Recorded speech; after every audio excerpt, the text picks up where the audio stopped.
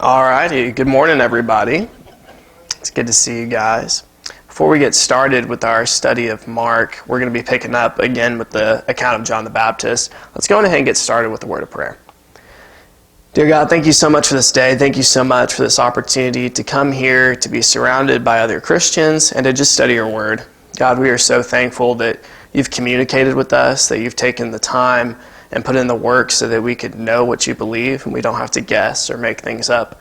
God, help us today as we study Scripture, as any day, to put our own desires, our own wants, and our own opinions to the side, but just to focus on what you have to tell us and what's here in Scripture. God, thank you so much for your Son and the sacrifice he made so that we could be in this relationship with you. It's in his name we pray. Amen. All right, so we're going to pick up again in the account of John the Baptist in Mark chapter 6. We kind of barely started it last week, didn't really get into it very much. So what I'm going to do is I'm going to pick up reading at verse 17 again. But where we left off last week, John the Baptist has been killed by King Herod. And Herod is hearing all of these different people performing miracles, and casting out demons and stuff. And he's hearing about this because Jesus sent out the disciples. And right now he's worried that John the Baptist has come back from the dead. So then what Mark is doing is he's telling the story of how John the Baptist was killed now to kind of make sense of why Herod is worried about this. And to answer the question from last week, I didn't know on the spot, this is Herod Antipas, not Herod the Great, who was Herod when Jesus was born. So not the same Herod, I just didn't remember his name, Herod Antipas. I'm really bad with names that I don't hear a lot. Like Matthew, that's a normal name, I can remember that. Antipas, not for me, so I struggle with remembering those. All right, I'm going to pick up in verse 17 and read down through 29. Mark chapter 6. Yes, ma'am. Mark 6:17 is where I'll start reading. For Herod himself had sent and had John arrested and bound in prison on account of Herodias, the wife of his brother Philip, because he had married her. For John had been saying to Herod, "It is not lawful for you to have your brother's wife." Herodias had a grudge against him and wanted to put him to death and could not do so. For Herod was afraid of John, knowing that he was a righteous and holy man, and he kept him safe. And when he heard him, he was very perplexed, but he used to enjoy listening to him. And a strategic day came when Herod, on his birthday, gave a banquet for his lords and military commanders and the leading men of Galilee. And when the daughter of Herodias herself came in and danced, she pleased Herod and his dinner guests. And the king said to the girl, "Ask me for whatever you want, and I will give it to you." And he swore to her, "Whatever you ask of me, I will give it to you, up to half of my kingdom." And she went out and said to her mother, "What shall I ask for?" And she said, "The head of John the Baptist." Immediately she came in a hurry to the king and asked, saying, "I want you to give me at once the head of John the Baptist on a platter." And although the king was very sorry, yet because of his oaths and because of his dinner guests, he was unwilling to refuse her. And immediately the king sent an executioner and commanded him to bring back his head. Then he went and had him beheaded in the prison, and brought his head on a platter, and gave it to the girl, and the girl gave it to her mother. Now when the disciples heard about this, they came and took away his body, and laid it in a tomb. Now, one of my old youth ministers used to say, "This is why you don't go to a party, you might lose your head." And it wasn't ever funny when he said it, but it just sticks with me, so I remember that all the time. Don't go to parties. We talked a little bit about last week just the bravery of John the Baptist to be able to speak up to Herod, who's obviously in a great position of power, someone that could have him killed easily, but he's still willing to tell him something that's deeply personal and is going to challenge something that he believes, and telling him to give up something that he obviously wants, telling him that he can't have his brother's wife. Now, we started off last week, what I want to talk about here is the situation with Herodias, Philip, and Herod. So it says that Herodias was Philip's wife. Philip is Herod's brother. And John is telling Herod that this is unlawful. So the first question, I think we asked this last week, what law is John referring to? Yeah, the law of Moses. We're referring back to the Old Testament law. And this can be confusing if you look at this from a New Testament perspective. Obviously, we're Christians. We think of everything the New Testament says on it. And if you're just looking at that, you might get a little confused when you read this and not know exactly what's going on. But what many people say, and I disagree with this, is that Philip and Herodias had gotten a divorce. And the issue is that God still sees them as married. Herodias and Herod got married after this, but God doesn't recognize that marriage. So John is telling Herod to divorce Herodias so that she can go back to Philip, her first marriage. But the reason this can't be the case is because of what the old law says about this. In Deuteronomy 24, 1 through 4, it says this: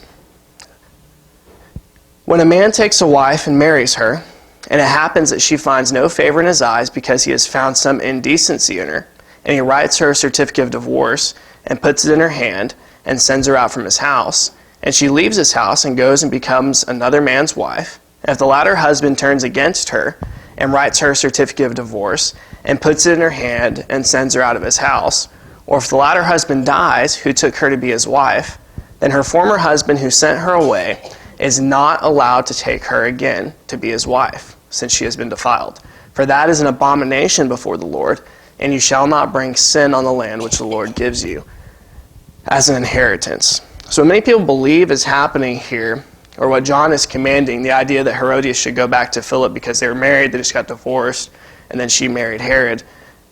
John wouldn't be telling them to do that. That can't be the situation because that's an abomination to God, right? If you're married to someone, divorce them, go back to that original spouse, that's an abomination under the old covenant. So I'll ask you guys, what would the situation be in your mind? If Philip divorced Herodias, then Herod married her, she would be forbidden by Scripture to ever be married to Philip again. But he calls her Philip's wife, right? You can't have your brother's wife. So what's going on here? What is the actual situation? What's the issue with their marriage?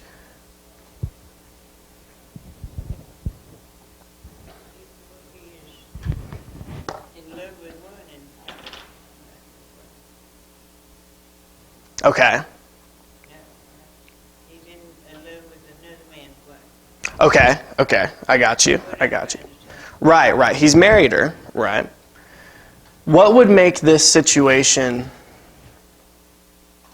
Oh, I'll just ask this. Number one, what's weird about this situation? It's adultery. Well, there's that. I'm sorry. No, you're good.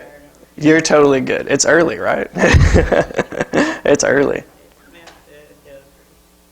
Isn't it kind of weird that he married his brother's wife? That's something, there's... Against God's rules and regulations. Right. There's a lot of stuff that's going on in this story that's just kind of outrageous. You know, there's killing John the Baptist, who he knows is a man of God, and the way he does it, putting the head on a platter and all of that. But there's also just a lot of incest in this story. The girl that comes and dances for him is his niece, right? That's the daughter of Herodias, his wife, who was married to Philip. So there's a lot of family stuff going on. And this is his brother's wife. So there's a couple of things that could be going on. It could just be that Herod simply cannot marry his brother's wife because of Leviticus 20:21, which says, if a man takes his brother's wife, it is impurity. He has uncovered his brother's nakedness, and they shall be childless. Now, that phrase nakedness in the Old Testament can be confusing sometimes. Your spouse would be your nakedness, right? So like Moses' nakedness would be hypothetically Moses' wife, right? Or Noah's nakedness would be Noah's wife. So you're not supposed to look upon your brother's nakedness. It doesn't necessarily mean look at your brother naked. It's the nakedness that belongs to them, which is their wife. So when he's talking about this passage, he says, you've uncovered your brother's nakedness by marrying his wife. You've uncovered that nakedness that belongs to your brother, not necessarily looking at your brother naked, if that makes sense. But it's so sad it's going on this day time also. Right. Yeah, absolutely. Remember, this is God's rules and regulations. Absolutely. And you can come in anytime. Right. So even if there was a certificate of divorce, Herod would not be permitted to marry her based on Levitical law, right? Like he would still be in violation of that. And this would help with the wording The issue doesn't seem to be that she was still married, but the emphasis is on that this was his brother's wife. You see like the emphasis on that brother word there.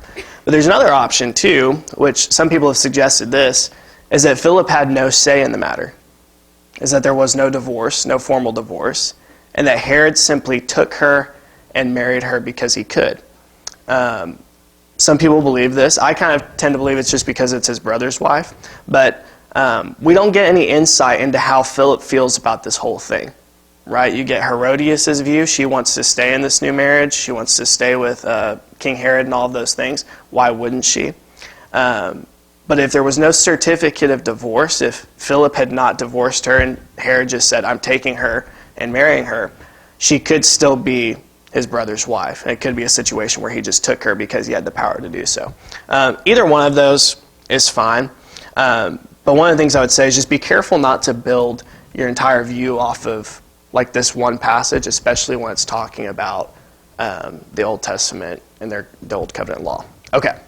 How does Herodias feel about this whole situation? Yeah, she doesn't like John saying, why does she want to stay in this relationship? It's beneficial, right? It's kind of nice being King Herod's wife, right? You get everything you want. That's really nice. Power and the money and everything, which a lot of we see today, and a lot. Right. Yeah, absolutely. There's all of that. And also, could it be that she genuinely loves him? It seems far-fetched, right? But can you be in love with someone that you're not allowed to be married to? Yeah, you really can. You talk to any homosexual person who's struggling with that. That's difficult, right? Being in love with someone. And her own feelings on the situation does not make it acceptable in God's sight, right? It doesn't make it okay. John the Baptist didn't say, actually, never mind, I didn't realize you really liked this.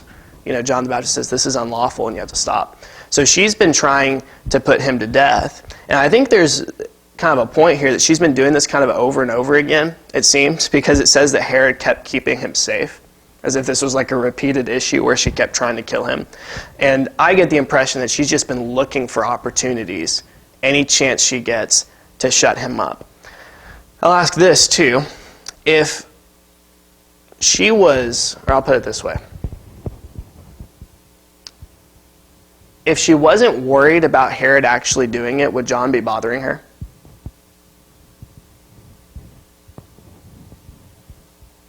Maybe I can word that better. Or I'll ask this. Do you think that her wanting to kill John proves that Herod was genuinely considering what John had to say? I think so, right? If Herod was like, I have no interest in what this guy has to say, I'm not considering it at all, she wouldn't feel threatened, right? But she feels threatened by the situation. She doesn't like it. And it says that Herod felt perplexed, right? Like he was considering the things that John was saying. Like he hadn't listened to John yet, but he's considering it, he's thinking about it, and she doesn't want that to happen. She wants John to shut up, and the quickest way to shut him up is by killing him, right? John actually caused a lot of fear in Herod because Herod knew that he was a righteous man.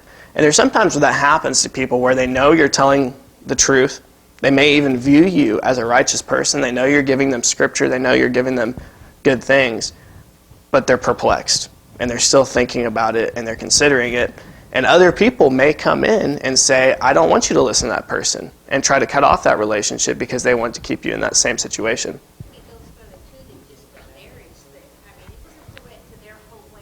Right. Right. Yeah, absolutely. It goes even beyond that, right? Yeah, absolutely. And then Herodias, so she has this plan. It says a strategic day came forward, right? That she saw this as an opportunity. And Herod's niece, Herodias' daughter, dances. And as my teacher said, I think I said this last week, she wasn't doing the hokey pokey, because you don't offer up half your kingdom for the hokey pokey. This is a dance that's meant to draw attention to her body. It's a dance that's meant to, it's a sexual type of dance that's going to be causing him to lust and all of those things. And some say all dancing is bad because of this passage. I don't think you can say all dancing is bad because of this passage. In 2 Samuel 6:14, it says that David danced before the Lord with joy.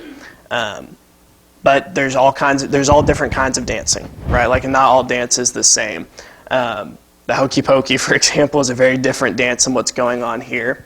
Amani, if you guys know Amani, who runs around, he's got a dance right now that he does, and it's hilarious, and there's nothing wrong about, but there is dancing that is meant to cause sexual desire. There's dancing that's meant to put parts of your body together that you shouldn't be putting together. There's all kinds of different things. So don't lump it all under one group and say all dancing is the same, of course, but also be aware that the dancing that they're doing at the clubs is not a good form of dancing for a Christian, right? All of this ultimately, again, leads to Herod saying, I'll give you anything you want. Herod didn't think that what she wanted was going to be John the Baptist killed. He didn't consider it. But then she asks for it, and Herod kills John. What was the reason Herod killed John? What did he say? Because of his oaths, right? Peer pressure, in a way. He already said yes. He already said he would do it. He made oaths, which kind of makes sense why God says, hey, don't do that. Don't make oaths. You can put yourself in bad situations because of that. Have you ever told somebody you'd do something and then you really, really regretted telling them you would do something? Yeah, I think that's happened to everybody, and it can stink. And you're like, man, I wish I had just not said, I wish I hadn't signed up for something that I wasn't really prepared for. In this situation, it really gets Herod because he's signed up for something now that he doesn't want to do. Herod enjoyed listening to what John said, but Right. He could not get that woman out of his mind. Right. Yeah. Girl, Right. that woman, and that woman, her mother. Yeah. All of them, right? Yeah. So he got himself in a bad situation. And if peer pressure and those types of things can affect someone like Herod, who has all the power that he wants, who's in a very, very, important position, of course peer pressure can affect all of us too, right? Now, what should Herod have done when she said, I want John the Baptist's head? Oh, that girl, I'm sorry, I cannot. Yeah. He should have broken his oath, right? Not only that, he said anything, but I think when it comes to that, except for life, to me, that he offered her physical stuff. Right. For this, and she took the life of somebody. And, and then you look back on her, and it wasn't really her either, it was her mother. Right. But, and we don't know the age really of this. No. For her to say, kind of stand up against that too. It's like, oh, okay, so she was, I kind of feel, because she was kind of caught in the middle of something that. Right. Yeah, and it doesn't say this, but I believe the whole reason she went out dancing was because of her mother, that pushed her towards that, and her mother used her as an opportunity to get what she wanted, because she immediately, it's like she knew this was a plan, because immediately when he says, what do you want? She's like, she doesn't think about what she wants. She's like, oh wait, I gotta go ask mom. He said I can have whatever I want. What do I want? And it's sad to see people use their kids in such a way. But this happens all the time, even today, where you'll see parents do horrible things to their kids to get money or to get things that they want. A lot of trafficking that happens is parents doing that to their own kids, selling their kids for things that they want, and it's shocking to see somebody do that to someone that, that they brought into the world, somebody that they love, and it breaks your heart, but it's nothing new either. This has been happening as long as people have been sinning, really. So, yeah, I in the same way feel for the girl, because I don't think this was all her idea, and all of that either. What can we learn from this story? What's the main point that we can learn from this? Or maybe not one, but what are some of the main points you can learn from this? Remember who we are supposed to remember and do what he says, our dear God did. Right. Yeah, absolutely. What somebody else tells us to do,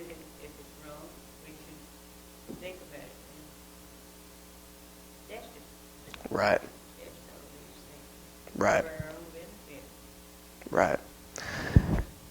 I I- mean, through God. Yeah, absolutely. A couple of things I noticed. Don't stay in a situation because you've already messed up, right? Herod messed up when he promised her half his kingdom, right? He already messed up. But then he had an opportunity to stop it right there or to just keep going because he already messed up. And he kept going, right? Sometimes it's embarrassing. Sometimes it's a bad situation. But it's better to admit to everyone you messed up than to just keep sticking with what you're doing. Good example, this kid called me one time. They were at a party, and they had been doing things they weren't supposed to do. But they knew if they stayed longer, they were going to keep doing things that they weren't supposed to do, and it was going to get worse. And they were brave enough to call and say, hey, I shouldn't be here. I messed up, but I need help getting out of this situation. And that takes a lot for somebody to let other people know that they messed up. But when you really care about not messing up any further, you're able to recognize that. Herod should have blown the whole thing off. He should have said, I'm sorry, I messed up, and everybody can be mad at me if you want, but I'm not going to kill this guy because I really believe this guy's a holy man. I believe he's righteous. But he just kept going. So if you get in a situation where it may be embarrassing now because you've already messed up some, don't make it worse just by keep going. Now Herod constantly lives in fear, as you can see from like the beginning of this passage. When he hears somebody doing something, he's like, oh, John the Baptist's back. And he lives with a guilty conscience because he knows he's done something wrong. I picture somebody else that's like very similar in the Bible as Pilate, with Jesus, where he knew he did something that he shouldn't do. Like he knew it wasn't right, but he went along with it anyways. And even though Pilate, kind of washed his hands of the situation famously, you can't really wash your mind of it, right? Like it's going to stick with you. It's going to hang out in your mind. And of course, God is going to judge us for all of those things too. Another thing to learn is that some people would rather kill you than hear the truth from you. So if they wanted to kill John the Baptist, who everybody recognized as a prophet, of course they're going to hate you if you say something, especially if you tell them to give something up, right? A lot of people are cool with you telling them to add Jesus, but when you start telling them, hey, but you have to remove this from your life, that's where things get really ugly. And in this situation, it was removing this relationship that God didn't approve of. And when you try to take that away, it got really ugly. And then, of course, peer pressure is a real thing, even for a king. Okay. The apostles, verse 30 through 32. The apostles gathered together with Jesus. And this is after their report, after their mission that he sent them on. And they reported to him all that they had done and taught. And he said to them, come away by yourselves to a secluded place and rest a while. For there were many people coming and going, and they did not even have time to eat. And they went away in a boat to a secluded place by themselves. The only thing I'll point out from these couple of verses is that it's okay to rest sometimes, right? Even Jesus and his disciples needed to take a break sometimes. Now, your break shouldn't be 10 years long. It shouldn't be a decade. But it's okay to stop and say, we've been working really hard. Take a break for a minute. That's okay, right? You don't have to feel guilty about that. Okay. Now I'm going to read verses 33 through 44, where Jesus feeds the 5,000. The people saw them going, and many recognized them, and ran there together on foot from all the cities, and got there ahead of them. And when Jesus went ashore, he saw a large crowd, and he felt compassion for them, because they were like sheep without a shepherd. And he began to teach them many things. When it was already quite late, his disciples came to him and said, this place is desolate, and it is already quite late. Send them away so that they may go into the surrounding countryside and villages and buy themselves something to eat. But he answered them, you give them something to eat. And they said to him, shall we go and spend 200 denarii on bread and give them something to eat? And he said to them, how many loaves do you have? Go look. And when they found out, they said 5 and 2 fish. And he commanded them all to sit down by groups on the green grass. And when they sat down in groups of hundreds and of 50s, and he took the 5 loaves and the 2 fish, and looking up towards heaven, he blessed the food and broke the loaves. And he kept giving them to the disciples to set them before them. And he divided up 2 fish among them all. And they ate and were satisfied. And they picked up 12 full baskets of the broken pieces, and also of the fish. And there were 5,000 men who ate the loaves. when Jesus comes upon these people, it says that he looks at them like they're sheep without a shepherd. And he feels compassion for them. What's wrong with being a sheep without a shepherd? No guidance. Yeah, the shepherd provides a lot of things. Guidance is a big one. What else do shepherds provide sheep? Protection. So guidance, protection. You're reading my notes. Food. Right? If you guys think of like Psalm 23, he leads me beside still waters. He takes me to green grass, right? They take them to the good areas where they can get food. And shelter, too. They take them to sheltered areas and protect them from all of those things, right? So these people are living unguided lives. You know, they're not being taken care of. They're just kind of wandering aimlessly. And I think a lot of people in life are that way, where there's not a real purpose. There's not, they're not focused on one thing. It's just you're kind of living every day, right? You kind of feed yourself and you go through the motions every day. And even Christians can do that, where you kind of, not intentionally, but maybe accidentally just start kind of living aimlessly. Like you're not really being guided. You're just kind of going through life, focused on bills, focused on taxes, focused on all of the things that distract us. And that's what these people are like. They're just like sheep without a shepherd. Now it's late, and they're hungry. And the disciples say, hey, you should send them away to get something to eat. Jesus' response to me, at least the way it's put in the text, you don't have the exclamation points in the Greek, so sometimes it can be a little, I don't know. I feel a little weird about it sometimes when they put the exclamation points there, because it's like that's not there originally. We just add that in English. But he says, you give them something to eat, with an exclamation point.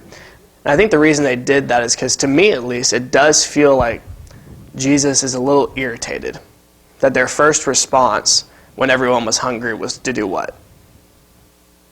Send them away, right? People are hungry, and their first instinct was tell them to go home, right? And Jesus says, you give them something to eat. Jesus wants the disciples' first instinct to be, how do we feed these people? How do we take care of these people? And right now, their first instinct is send them away, right? So he seems a little irritated, but you can also understand where the disciples are coming from, because, at least I can. I don't know if we should, but I can understand where they're coming from, because they're like, we don't have enough food anyways. Like, what do you want us to do? Go buy everything, And it does show a little bit of a lack of faith in Jesus, though, because of all the things they've seen to this point. If Jesus says you give them something to eat, your response should probably be, okay, how though? Not, what do you want us to do? You want us to go into town and buy stuff? You've seen this guy walking on water. You've seen this guy, heal the sick. You've seen this guy raise dead people, cast out demons. You've seen all of these things. The appropriate question is like, okay, yeah, we'll do whatever you say. What do you want us to do? But they start giving excuses, because I don't think they really, even at this point, after everything they've seen, they really don't grasp exactly what Jesus is, or who Jesus is at this point. Obviously, Jesus performs a miracle now. One thing I wanted to look at, in verse 41, it says he blessed the food. And you see this a lot of times throughout Scripture where somebody blessed the food. And the wording can be weird, but what does it mean to bless food? Yeah, absolutely. It's that simple. When I was a kid, heard we were blessing the food, I thought we were we were doing something to it, to make it magically healthy. Like if I just, bless this food, then my quarter pounder from McDonald's will suddenly become as healthy as a salad. I didn't know what was going on, but I was like, we're magically changing the food right now, right? And blessing the food just means saying thank you, right? It's just thanking God for it. And it means a sense of approval too, which is really cool when you look at the Old Testament specifically. When it's saying how blessed is the man who does this, a lot of what it's saying is this person is approved by God, which is the highest thing we should strive for. Now, obviously, this was a miracle, and this is a miracle that most even little kids that grow up in church hear about because it's really popular. But what do you learn from this miracle? Why do we have this account? What is Mark trying to teach us?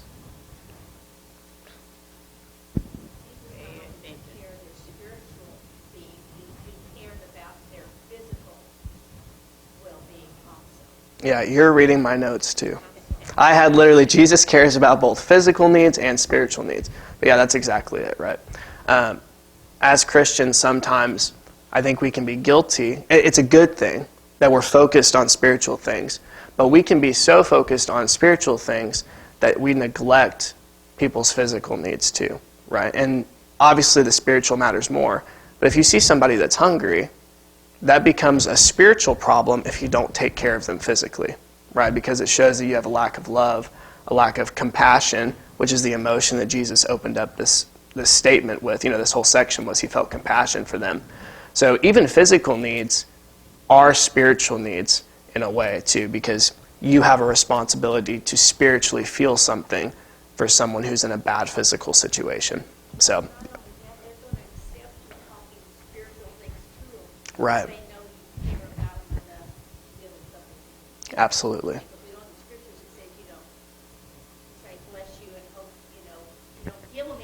Right. Right. Absolutely. Absolutely. Yeah. I think most people I think this is just a normal thing of all of us. If somebody shows that they care about you, like genuinely, and they're willing to sacrifice something they have for you, you are so much more likely to listen to them, right? And hopefully all these people here today that were there with Jesus were like, wow, this guy actually cares about us in a physical way too. He's not just trying to get us to think like him. He actually cares about us as people. We need to remember the person giving us something. We need to accept it because Right. we're trying to do something right. Word of God. And we need to graciously accept it, even though it looks like something we don't like. I think we should take it to honor them. Yeah. Show them that we love them enough, that we trust in what they're giving. Yeah. It can be hard to accept help sometimes. I get that. I have that so much. Right. Yeah. It's hard to admit you need help too, right? I've never wanted to take from people, but I do now. My daughter says, you have your hand out every day, don't you? You said full 180, right? It's wonderful. Yeah, it's good. And that's an opportunity for them to serve, right? Yeah, absolutely. Absolutely. Right. All right. And another thing about this that I don't want to miss, it's easy for us every time you see miracle after miracle after miracle. And since we know these stories, sometimes it kind of just becomes the same old thing sometimes when you're reading and you're not like, oh, wow, that's really awesome. But that's really awesome that he took just a couple of things. Like all these things we've never seen before, it's like, yeah, we get it. Don't lose sight of how cool it is and how powerful Jesus is to do all these things that we still can't do today. All right, I'm going to read verses 45 through 52. Immediately Jesus made his disciples get into the boat and go ahead of him to the other side to Bethsaida, while he himself was sending the crowd away. After bidding them farewell, he left for the mountain to pray. And when it was evening, the boat was in the middle of the sea, and he was alone on the land. And seeing them straining at the oars, for the wind was against them, at about the fourth watch of the night he came to them, walking on the sea, and he intended to pass by them. But when they saw him walking on the sea, they supposed that it was a ghost, and cried out. For they all saw him and were terrified. But immediately he spoke with them, and said to them, "Take courage, it is I, do not be afraid." Then he got into the boat with them, and the wind stopped, and they were utterly astonished, for they had not gained any insight from the incident of the loaves, but their heart was hardened. One of the things I like is that Jesus was trying to sneak by them. So he intended to just pass them by.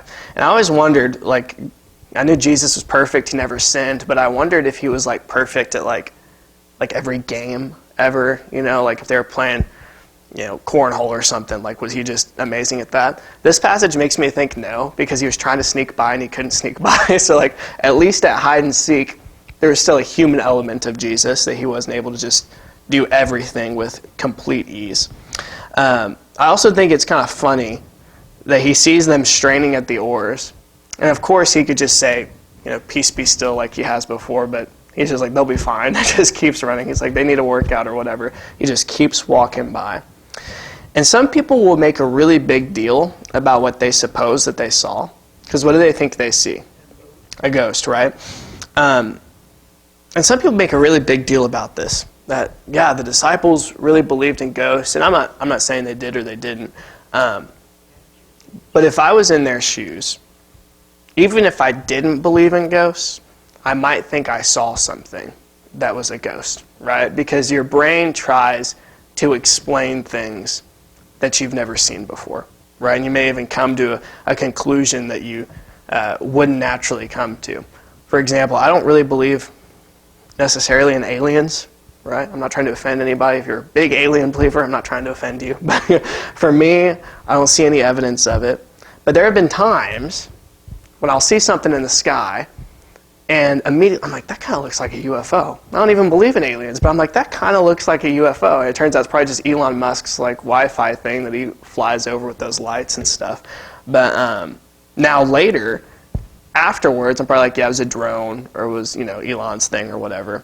But in that moment, my brain might try to explain what I'm seeing. So I wouldn't look too much into this, their response here, because even if they didn't believe in it, they might just be like, I see a guy walking on the water. People don't do that. Like there has to be something here that's going on. And now, are ghosts real? I'll ask this question. Yeah, it kind of depends on your definition, right? And like what they do. You see spirits in the Bible, like when Jesus came back from the dead and all of that. There's the spirits that go. You see spirits in the Old Testament, but for me, the idea of things that are just like haunting places and stuff isn't really something you see in the Bible. Like, scary ghosts are just waiting around corners to get you, and Casper and all them. Go ahead. Well, I know after my mother passed, she actually came to visit. She was a ghost. She actually sat on my head. Well, there you go. There you go. It's like she saw the vision of her. There you go. So, yeah, it just kind of depends on your definition of what a ghost is, and what you're saying, that, all of those things. This is what we're thinking. And we never see, these are not real things we see. It's just visions that we remember of our love of our parents. I know She came, and she told me she was okay, so live on. that was in us. And she just didn't visit me. She then visited my brother, and then he called, he was freaking out. He said, "Did you have a visitor last time?" So it's kind of weird. Right. Yeah. So whatever it all depends on the definitions and stuff like that. But I wouldn't get too torn up. Said we will not understand everything. Right. Yeah. And just don't. What I would just tell everybody on either side of it, whether you believe in them or not, it doesn't really matter. You're not going to heaven or hell based on whether or not you believe in ghosts. Right? Like that's not, God isn't waiting at heaven's door to say, okay, but do you believe in ghosts or not, right? And at the end of the day, can someone believe or not believe in ghosts and be a Christian? Absolutely, right? So don't beat up on someone or bully someone if they don't. I don't mean to beat up on No, I'm not saying you are. I'm not saying you are at all. Yeah. She knows I'm not. No, I'm not talking about you guys. I just know my mom came to visit. Yeah, I'm not talking about you guys. I'm not talking about you guys. And my example, my husband never smiled or petted me. But my dreams lately have been, he's watching me just smiling away, and that to me is nothing. I'm a big dreamer. I dream every night. I Right. get upset because I can't remember my dreams when I get up now because it's funny in the night. I gotcha. Okay, we can't run from trouble, face it and deal with it. Right. Absolutely. Okay. Why were they astonished when they see that this is Jesus? Why were they astonished when they see this was Jesus? Well, I think anybody would have been like that. I've even walked on water, but it was frozen. Right. He gets into the boat. Cracking under my feet. I thought I don't have the faith I thought I did. I gotcha. But I was out there fishing. There you go. I'll ask this. Why does Mark say they were astonished in verse 52? Something they hadn't seen before, and it kind of amazed them with the fact that, Yeah. and goes on down and says later that they forgot about the feeding of the five. As they saw Jesus' miracles, they knew that, but it was like always doing something else, beyond our imagination or beyond what we've Right. seen before. Right. I think about him being so clean, so dressed had this, they pictured him dressed in white all the time, and I have a feeling that he was walking, Right. you know, the white figure that they Right. were seeing. Yeah, he says they had not gained any insight from the incident of the loaves, and that their hearts were hardened. This is why they were astonished. The loaves incident had just happened. Like, it had just happened. This wasn't weeks ago. This wasn't months ago. This had just happened, and they've already forgotten. And it tells you, at least in some sense, when it says their heart was hardened, they were kind of in denial about what they were seeing, right? Like, you just couldn't believe it. And even though this had just happened, they had just witnessed this great miraculous thing, they see one other thing that it seems like Jesus wasn't even making a big deal about it. You know, he was just going to pass them by and be like, all right, I'll meet you on the other side. But they are still so shocked, still so astonished because their hearts are hard. And if I was Jesus in that situation, you'd think that he would be dealing with at least a little bit of frustration. Like, how many times do I have to show you this before you stop being completely shocked every time and you just accept who I am? And it takes until later in the book for them to realize, oh, this is the Messiah. And I think that this shows that sometimes, and maybe even most times, for a lot of people, following Jesus is not an evidence issue. It's not that there's not enough evidence. It's an emotional issue. There was no shortage of evidence when it came to believing that Jesus could do anything he wanted to do now. They've seen him do all of these miraculous things throughout their time with him. He's done miraculous thing after miraculous thing after miraculous thing. But their hearts are hard. It's an emotional issue, not an intellectual issue. And for a lot of people, if you're talking with them about Jesus and you're showing them evidence and you're showing them things, maybe they believe in the Bible and you're showing them verses, or you're trying to show them, you know, evidence for the existence of God and all these things, it may not be an evidence issue. It may just be an emotional issue. It may be that their emotions and the things that they're holding on to are blocking them from thinking clearly about the subject. And that's natural. And I think for all of us, we can be guilty of that at times where, even if it's not like something big like Jesus being the Messiah or something like that, even in small things, our emotions can get in the way of us thinking clearly about a subject, right? Like, a perfect example of this, like a silly example of this, is I think Tom Brady's the best football player to ever play. I think he's the best. He's the GOAT. He's awesome. My favorite player of all time. Love Tom Brady. If you make any argument against it, which right now there's no argument. He's the GOAT. But Patrick Mahomes is scaring me. Patrick Mahomes is pretty good. Bryce? That was before your time. Bryce? Bryce Young? No, I don't know. I don't know Bryce.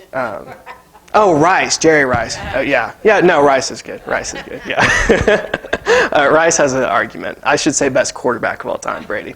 But when Patrick Mahomes scares me a little bit because he's so good. He's already got 2 Super Bowls. He's got great stats. And I'm like, I don't want him to, even get into the conversation. Not because I don't think he's good. And I'm not wishing him to get injured or anything, but I just wish he'd stop playing so good because I'm like, I emotionally want it to be this guy. Because Tom Brady's my guy. Like, that's my favorite player.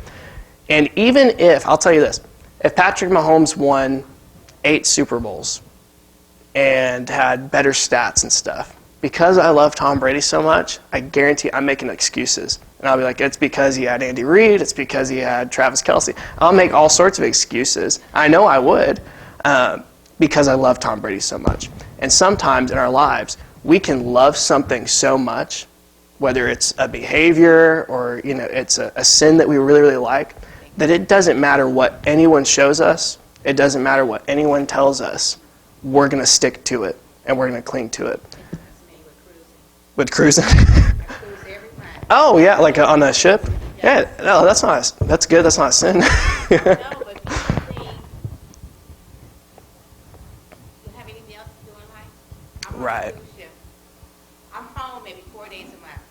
Oh, wow. I'm on a cruise ship. I just got off a 37-day trip.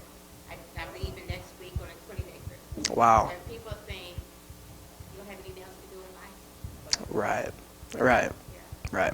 Yeah, so just how we can feel positively about like cruising or Tom Brady or anything, people can feel that way about something that's actually hurting them. They can feel that way about sin. So just be aware of that, and be aware that it might be an emotional issue, not just a evidence issue. All right, thank you guys. Appreciate your comments. We'll pick up next week in verse 53.